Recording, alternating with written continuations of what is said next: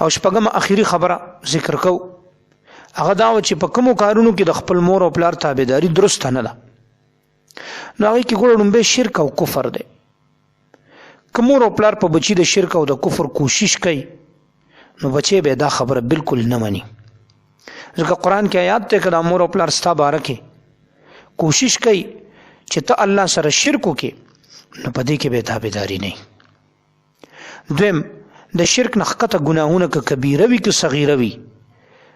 او تاسو حکم کوي نو تابعداري بینی لکه مثال په تور بعض میان دي چې د دین خبر ني نو خپل بچو ته وی ګیره بنه ساتي نو دا حکم به بچي د خپل مور نه مني ځکه حدیث کې راغلي دی لا طاعت لمخلوق فی معصیه الخالق د خالق نافرمانی کې به د مخلوق تابعداري څوک نه کوي په کوم سيزونو چې الله او د الله رسول خفقيږي د الله او د الله د رسول مقام د مور او پلار نه اوچته او مخکې دی کې به د مور او پلار تابعداري نه دارنګي امام ابو یوسف رحمت الله علیه نقل لی هغه فرمایلی ک یو پلار العیاذ بالله یا یو مور مشرک وي د شرک په حالت کې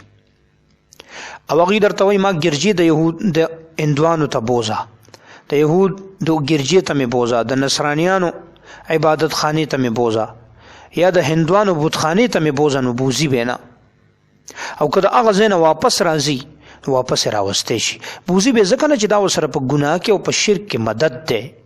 نو مدد به نه کوي او که واپس راځي نو بیا خو خدمت ته راولي به ترنګ هغه ذکر کړی ک یو پلار مور چاته وای مال د خنزیر غوخه راوړ نه بروړي ولا کوي شراب راوړ نه بروړي ولا ځکه دا په ګناه کې مدد ده خو که شراب او د خنزیر غوخه خپل راوړ په خې کوي خوړه نو ګندلوخي به تی اوچتای ځکه دا اوچتول د لوخ بیا خدمت ته دارنګي ک یو مشرک پلار یو مسلمان بچی له د جهاد میدان کې ما په مخه ورغې نو مړم به کیږي به پنا خو کاغه په د گزار کوي او د پی گزارو کو پلار قتل شنو په دې باندې د ازوی نیولې نه ځکه دی وخت کې د دشمن په حیثیت باندې د زوی ته ولاړ دی ابو عبیده ابن الجراح رضی الله تعالی عنہ عشره مبشرو کې لوی شان دی دومره لوی شان دی د الله حبیب فرمای ابو عبیده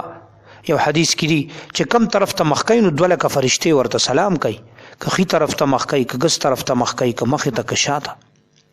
لیکن په غزوه احد کې خپل پلار جراح د پسې ګرځیدو ابو عبیده پسې د وجلو په تکل کې ابو عبیده ته یو ځل ډډو کسانې ته بچکو خو چې هغه تکل پته ولګي چې دا والد خو ما پسې ګرځي او نه می پرېږدي نو په تورې په گزارو کو سره ته لري غرزولو او په دې ابو عبیده ابن الجراح ملامت نه دی ډیر لوی شان دی د ابو عبیده رضی الله تعالی عنہ دارنګ د ابو بکر صدیق بچي عبدالرحمن ابن ابي بکر رضی الله عنهما پس وخت کې په حالت شرک ورستو مسلمان شو مسلمان دونه پس خپل والد سبتوي ما ته په فلانه غزوه کې تمخه تراغله وي کما په غشي وشته ته به مړوي خو چې ته مخه ته شوینو د پلار ولې محبت برابر باندې سیوا شو نو ما درته ما بدر نه ډډاو کا څنګه به مې وکړو ابو بکر وتوي بچي که سما مخه لراغله وي ما بدل سینه په غشو باندې سورج کړو وی ولې تا باندې به د بچیوالي محبت نه غالبه کېدو ابو بکر صاحب ته فرمای نه په یو ځل کې دوه مینې نه ځکې ته دغه وخت کې په دې میدان کې ماته د بچی په حیثیت نه ولاړ ته ماته د دشمن په حیثیت ولاړ وې او دا زه د الله او د رسول د خوشالولو لپاره میدان ته وته ومه نو چې کله د الله او د رسول د محبت او د بچو مقابله راشي په خپل منځ کې نو الله او رسول د هر چا نه مخ کړي نو په دې وجه باندې په دغه بازي کارونو کې بچي د خپل مور او پلار تابعداري نه کوي چې هغه د الله کې د الله او د الله د رسول نافرمانی وي باقي احادیثو کې د ډیر حقونه ذکر دي فرمایلی شي وی دا یا د جنت د دروازې دی یا د دوزخ که تابعداري دی کنو د جنت د دروازې دی په جنت کې د الله وردن نکي او کنه فرمانی دی او د دوی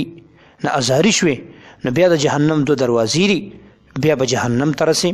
الله دې مونږ ټول ته د خپل والدینو د آداب او دا غي د پوره حق ادا کولو توفیق را نصیب کی او دا غي د بی قدرینا بی ادبینا خیر او د ازار نه دی الله ټول مسلمانانو ساتي هذا واخر دعوانا ان الحمد لله رب العالمين